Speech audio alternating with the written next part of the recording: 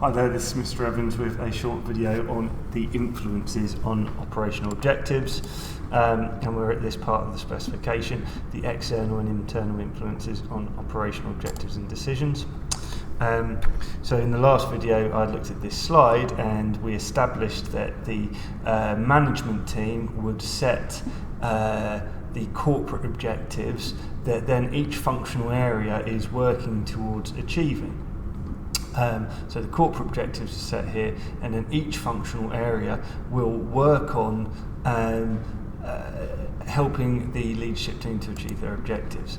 So the internal influences on a business's operational objectives, those influences that come from inside the business, will be things like this.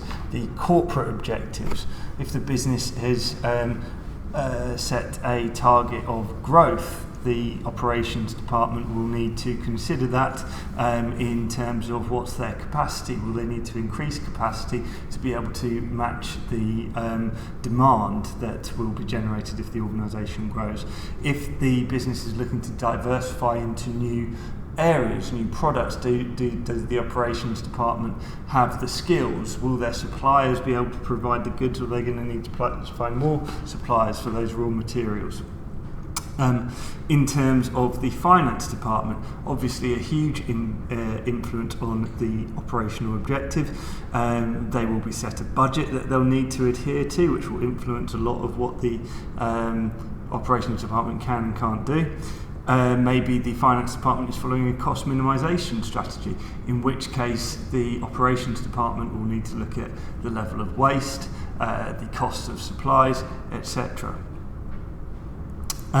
The marketing department can have an influence on operational objectives as well.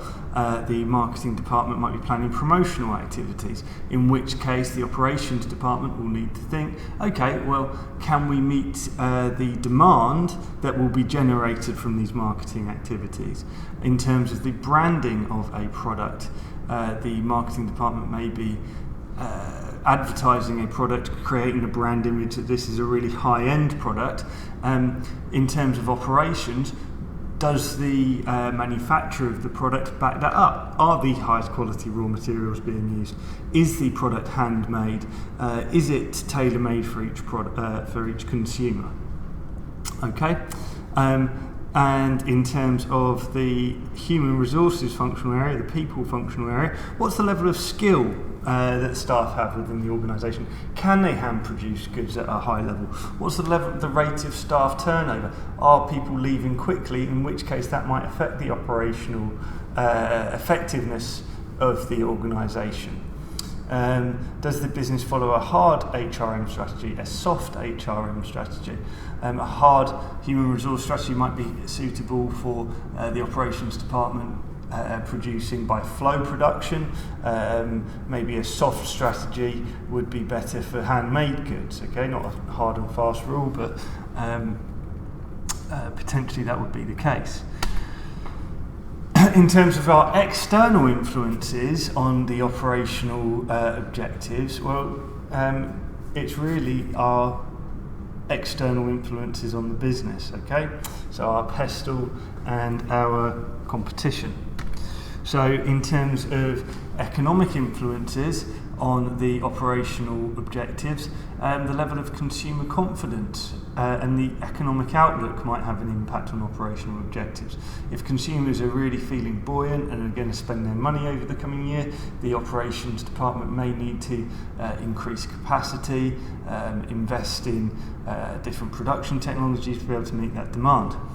In terms of the social environment, perhaps consumers are becoming more ethical, in which case is the business manufacturing abroad using very cheap labour, and is that acceptable to the consumers? Maybe we need to have a look at that and bring our factories up to some sort of standard. In terms of technological development, the internet, e-commerce, integrated stock management systems where the supermarket monitors its inventory level, it sends out an electronic email to suppliers whenever it needs more baked beans. All of these sorts of things will have an influence on the operational objectives. The level of automation, are they going to be moving from a labour intensive type production to capital intensive? In terms of the legal environment, there are legal considerations around quality and safety. Are those being met? Does the organisation need to perhaps address them? In terms of the environmental, I won't say the environmental environment, but in terms of the environmental aspect, the level of waste may be a consideration for the operational department and how they deal with that.